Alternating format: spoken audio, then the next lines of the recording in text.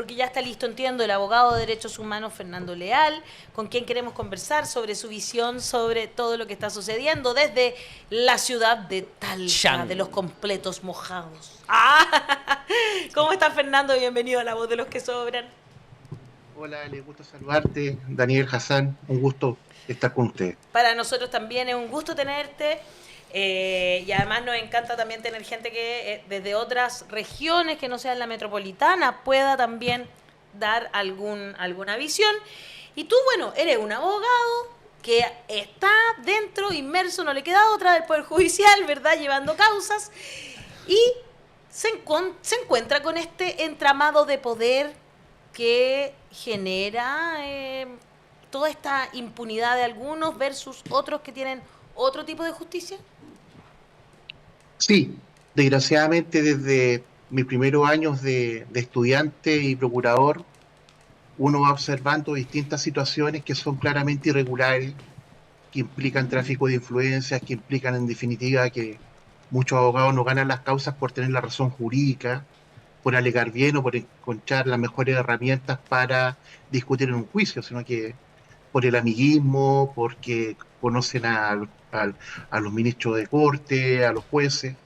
Fíjate que cuando llegué a vivir a Talca, yo llegué el 2011 a Talca, ¿Ya? estudié en Santiago, viví en total 21 años en Santiago. Perfecto. Y una de las primeras cuestiones que me tocó tramitar en Talca fue un recurso de protección, porque querían demoler unas escuelas históricas de acá de Talca que están en el casco histórico de la ciudad. Y yo representé a los apoderados de esa escuela y interpusimos un recurso de protección. Y recuerdo que el abogado, que era mi contraparte, que era el abogado de la municipalidad, ¿Ya? cuando se presentó conmigo en la corte, minutos antes de alegar, primero me miró de pie a cabeza y me dice, ¿tú quién eres? No te había visto nunca acá. Sí, le dije, llevo poco tiempo en Talca. ¿Tú sabes quién soy yo? ¿Ya? No, no tengo idea. Yo sabía quién era, pero le dije, Claro. no, no tengo idea. Me dijo, yo soy el abogado que nunca ha perdido un juicio. Entonces le dije, qué bueno saberlo porque entonces te va a ser el primero que va a perder. Lógico. Efectivamente, en Talca perdí 3-0, tuve que apelar a la Suprema y finalmente en la Suprema ganamos, pero esa actitud de ese abogado en particular, que después me lo he seguido topando en otras causas, de mucho contacto, de mucho lobby, es una cuestión que se replica y lo que vemos hoy día en el caso Hermosilla tiene mucho que ver con eso. Ahora, yo creo que es súper importante señalar que acá no podemos normalizar este tipo de situaciones. O sea, Eso, no cuando porque suceda aparecen, está bien, ¿no? Claro. claro, cuando aparecen abogados de la plaza diciendo, oh, pero si esto es lo más común del mundo, esto ocurre. No, o sea, hay situaciones que no son admisibles. O sea, no puede ser que, por ejemplo, los miembros del Poder Judicial sean designados porque un abogado determinado le hizo lobby. Porque yo me pregunto, válidamente, esos jueces cuando le ha tocado resolver alguna causa en donde hay interviniente ese abogado, donde ese abogado tiene alguna relación con alguna de las partes, ¿han sido imparciales? Claramente no han sido imparciales. ¿Ah? Y resulta que, y aquí quiero recordar algo que me parece súper trascendente.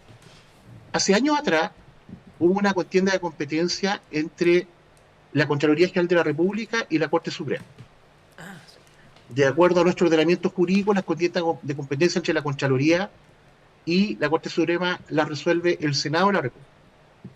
Y cuando fueron los alegatos ante el Senado de la República, el Pleno de la Corte Suprema mandató al ministro Sergio Muñoz Gajardo para que fuera en representación de la Corte Suprema de esos alegatos. Y una cuestión que señaló el ministro Muñoz en esos alegatos es la característica de un juez imparcial.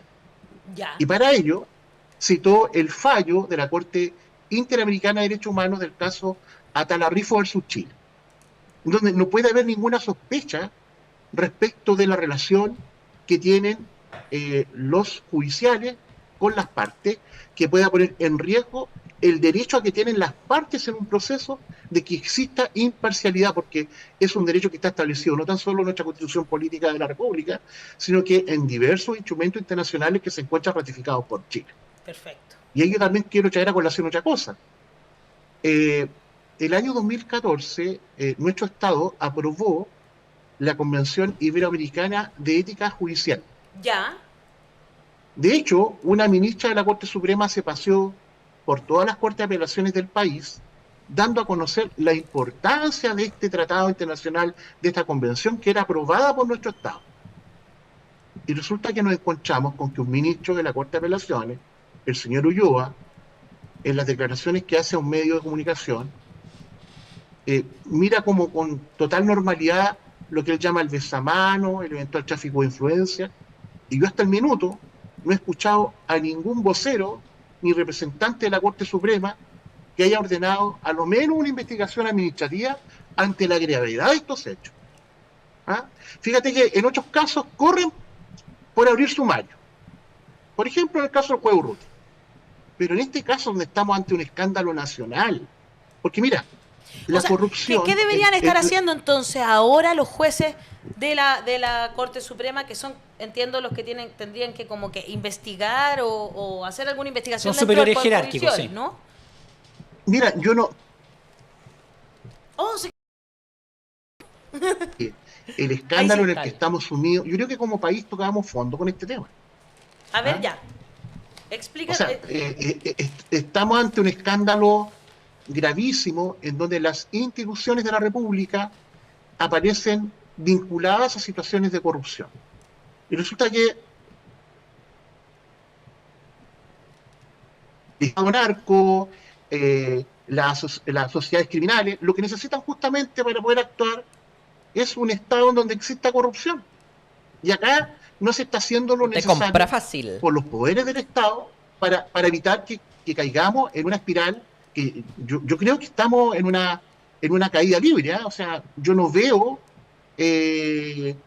intentos serios de poder reformar, de poder cambiar esto. Hace no sé, 1 o 2 días leía a mi distinguida colega María Inés Horvitz, que decía que acá hay que hacer reformas serias a la Constitución, a la ley, porque mira, incluso si la investigación que tenemos hoy respecto del caso Hermosilla Exacto. Vamos para allá. llegara a buen puerto y se establecieran ilícitos cometidos por ese colega y por otros funcionarios de órganos del Estado, yo la verdad que temo que esto termine como han terminado otras causas relacionadas con la corrupción. ¿Ah?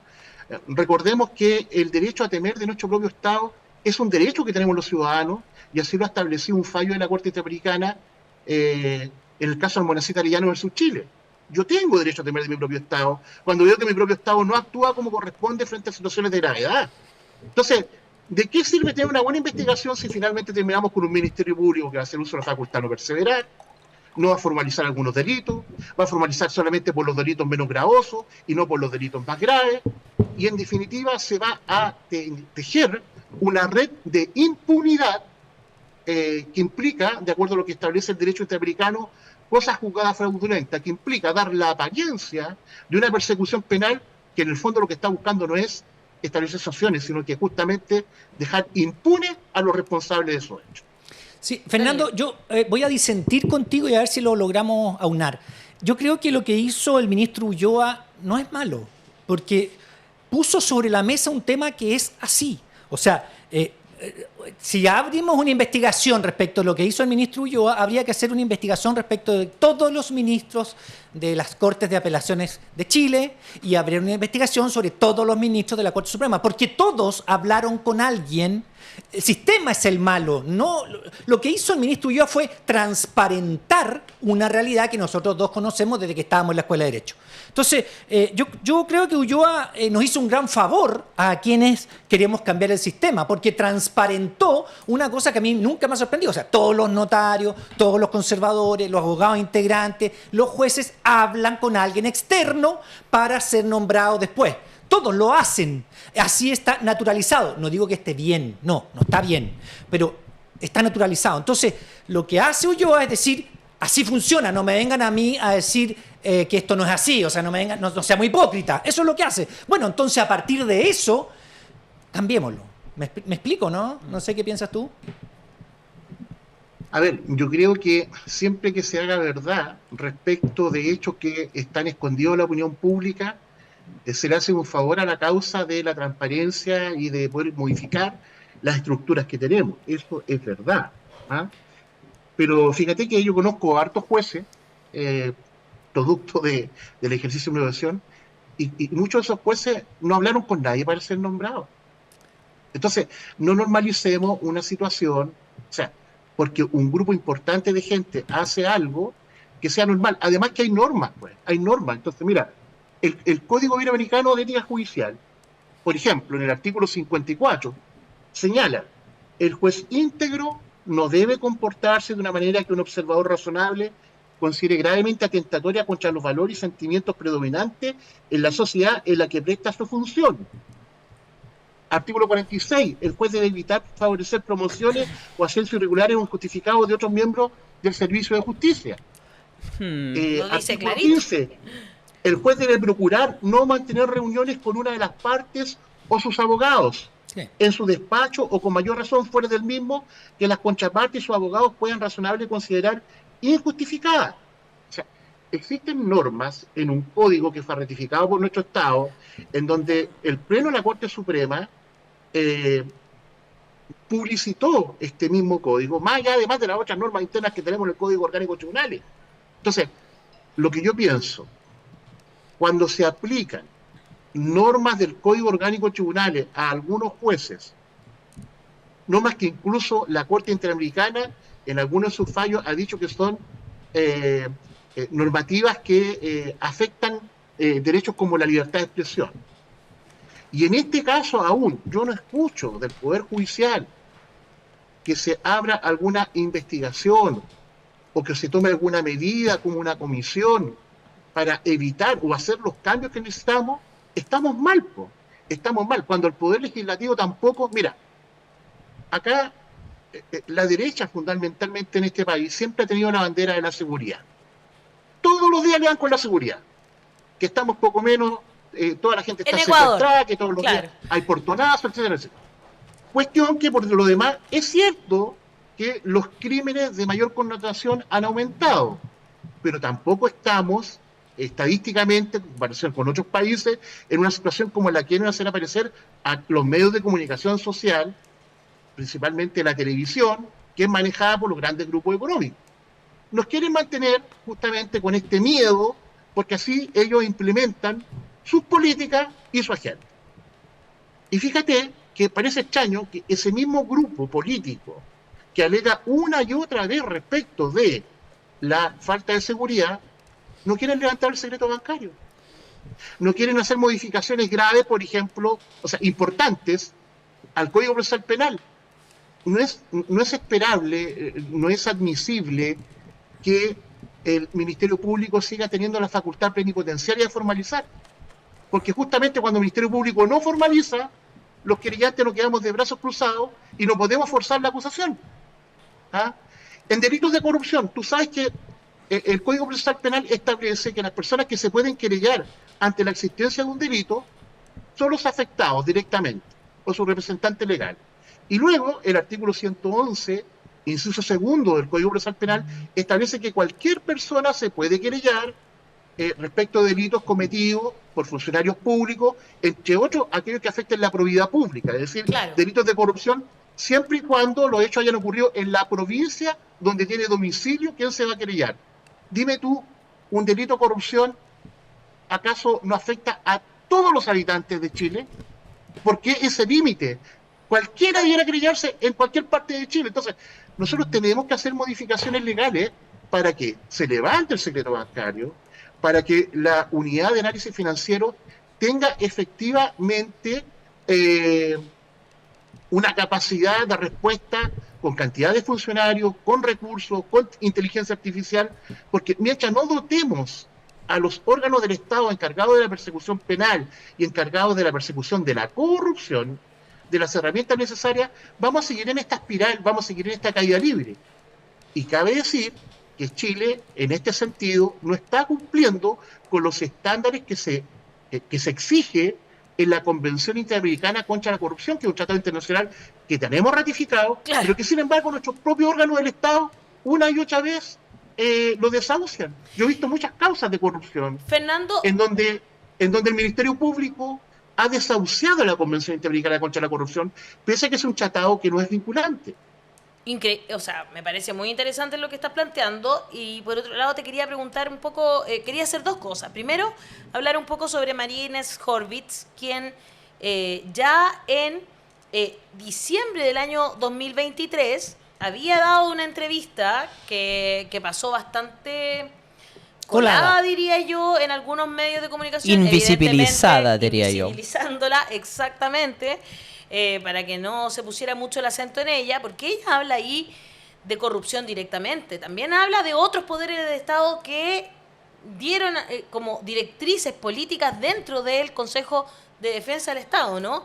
Ella dice eso, habla sobre algunas causas de Piñera, habla también sobre el caso Convenios, habla también sobre las violaciones a los derechos humanos en el contexto del estallido y que se pidió desde el gobierno de Piñera que no se llevara a juicio a los carabineros.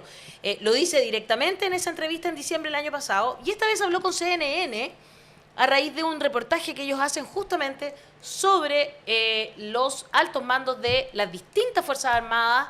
Parten en la FACH, siguen con la Armada, ¿verdad? Después se van al Ejército, cierran con Carabineros, porque Horvitz también fue quien llevó el Milico Gate, ¿no? Y ella dijo lo siguiente, quería leérselo a nuestro público, en CNN este fin de semana, dijo, advirtió la existencia de patrones similares para llegar a un determinado puesto de poder y aseguró que cuando una persona es designada no por sus características y antecedentes idóneos para el cargo, sino porque de alguna manera hay disposición a favorecer ciertos intereses, evidentemente está este riesgo constante de corrupción. Entonces, esto quería comentárselo a nuestro público y a raíz de esta entrevista que te estamos haciendo a ti y estas declaraciones de María Inés Horvitz, ¿qué crees tú que debería estar sucediendo hoy? Justamente, o sea, si estuviéramos realmente preocupados de la corrupción y estuviéramos tan preocupados del crimen organizado y cómo va entrando y esas posibilidades de corromper a varias personas, ¿qué deberíamos estar haciendo? ¿Dónde deberíamos estar cambiando? ¿Qué leyes? ¿En qué deberíamos estar trabajando? Bueno, primero que todo, legislativamente creo que hay que hacer modificaciones al Código Procesal Penal. Yo adelanté ya algunas ideas, como por ejemplo la facultad plenipotenciaria de la formalización del Ministerio Público, es algo que hay que modificar. La posibilidad de que cualquier ciudadano de la República se pueda querellar por delito de corrupción es algo que hay que cambiar. Levantar el secreto bancario y dotar a la UAF de mayores recursos para que pueda hacer la persecución y las investigaciones como corresponde, eso hay que hacerlo. Claro. Yo no veo por parte del Poder Legislativo y incluso del Ejecutivo una convicción en este tema. O sea, normalmente lo que estamos combatiendo son los efectos, ¿ya? Pero no estamos combatiendo ni estamos previniendo que esto siga ocurriendo. Y por su parte, el Poder Judicial también tiene algo que decir. O sea, mira, yo tengo una tesis que la planteé hace años atrás en el Foro Latinoamericano de Derechos Humanos. ¿Ya?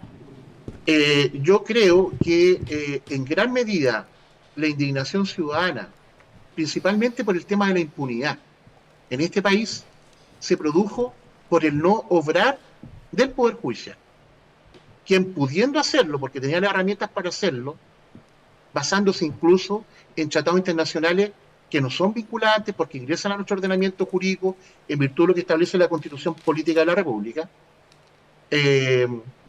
no hacen ni dan respuesta a los ciudadanos. Entonces, acá claramente hay que abordar el tema de la corrupción como una política de Estado, no como esta cosa que se ha hecho en el último tiempo con el caso Fundaciones, en donde la derecha por fin encontró como una herramienta para decir, ustedes son corruptos, entonces ustedes son corruptos, nosotros no importa lo que hayamos hecho. Acá hay que dejar claro algo. Acá la corrupción es un flagelo que afecta a la democracia y al Estado de Derecho. Y sin Estado de Derecho no tenemos cómo resguardar nuestras garantías. Esa es la gravedad del tema. Por lo tanto, acá todos, acá no importa si el que cometió la corrupción es un rojo, un azul o un amarillo. Quien lo haya hecho es malo. Y la única manera de combatirlo es que transversalmente los actores políticos de este país se pongan de acuerdo e insten por hacer las modificaciones legales y constitucionales que sean necesarias para que podamos terminar con esto. Porque si no, como te digo, vamos en caída libre. ¿qué le parecieron las declaraciones del fiscal nacional Ángel Valencia, quien duda de que lo que parece que tiene oreja de conejo, cola de conejo, pero dudamos igual de que haya una red de corrupción de cuello y corbata, esas palabras que dio la ministra vocera de gobierno y que se han utilizado esa frase para entonces tirarse en contra de ella, que entregue los antecedentes, etcétera? El único que no vio parece la red de corrupción es el fiscal Valencia. ¿Qué le parece que Y Macaya. el fiscal nacional es ¿Cuál que sería el Macaya vínculo responde entre ellos? a intereses políticos? Pero ¿Y fiscal Valencia no? esa es la pregunta del millón. ¿Está respondiendo ¡Chan! a intereses políticos ahí el fiscal nacional? ¿Cómo llega a ser fiscal nacional? Bueno, mira, yo espero de un actor que representa a un órgano importante del Estado, que es el órgano encargado de la persecución penal, que más que estar dando declaraciones para la galería, haga la pega. Porque con los impuestos de todos nosotros se le paga. Exacto. Entonces, uno esperaría de que él instruyera a sus fiscales para que actuaran diligentemente e investiguen. No me parece que el señor Valencia se transforme en un comentarista político. Y además me llama poderosamente la atención que este actuar en donde se le quiere bajar el perfil a toda costa a un hecho que es escandaloso. Porque, mira, acá estamos en presencia de audios que además ni siquiera los encontró la Fiscalía. Acá, al final, los periodistas de investigación están haciendo la pega a la Fiscalía. O sea, seamos honestos, ¿sí? Los últimos casos de corrupción que en Chile se han hecho públicos ha sido porque alguien de la red de corrupción ha terminado filtrándolo y un periodista que ha hecho investigación ha podido publicitarlo. Pero no ha sido el Ministerio Público. Partamos por ahí. Pero eso que acá, el último hecho escandaloso es que en una grabación, un abogado penalista que defiende a importantes actores del mundo de la política y que tiene una relación cercana con quien era ministro del Interior, de Sebastián Piñera, aparece señalando que hay que coimear y una serie de hechos que son de la mayor gravedad. Entonces, si el fiscal Valencia pretende que los chilenos somos estúpidos, que no nos damos cuenta de la gravedad de lo que está ocurriendo acá, yo creo que él está equivocado y acá lo que corresponde es que el Ministerio Público haga el trabajo y yo espero que esos fiscales de la Fiscalía Oriente que están haciendo su pega no reciban ningún tipo de presión y lleguen hasta las últimas consecuencias, porque eso es lo que esperamos los ciudadanos de a pie de este país. Muy bien, muchas gracias Fernando por darnos esta entrevista. Marco Martínez Salamanca dice, excelente, gran abogado, gracias Fernando. Sabín Carnera, el fiscal nacional Valencia debería renunciar. Y Esteban dice, gracias por mostrar visiones tan distintas en esta situación país. Algo que nos importa justamente porque además cuando caen las instituciones y sobre todo un poder como el Poder Judicial y su credibilidad, cae también la calidad de la democracia y eso es muy importante para cualquier país. Muchas gracias Fernando por estar esta mañana aquí en La Voz de los que Sobran. Gracias a ustedes por la invitación, un abrazo grande a los tres. Un abrazo grande para ti y para todo Talca también. Después vamos a subir esta entrevista y todos nuestros comentarios y entrevistas a las redes sociales.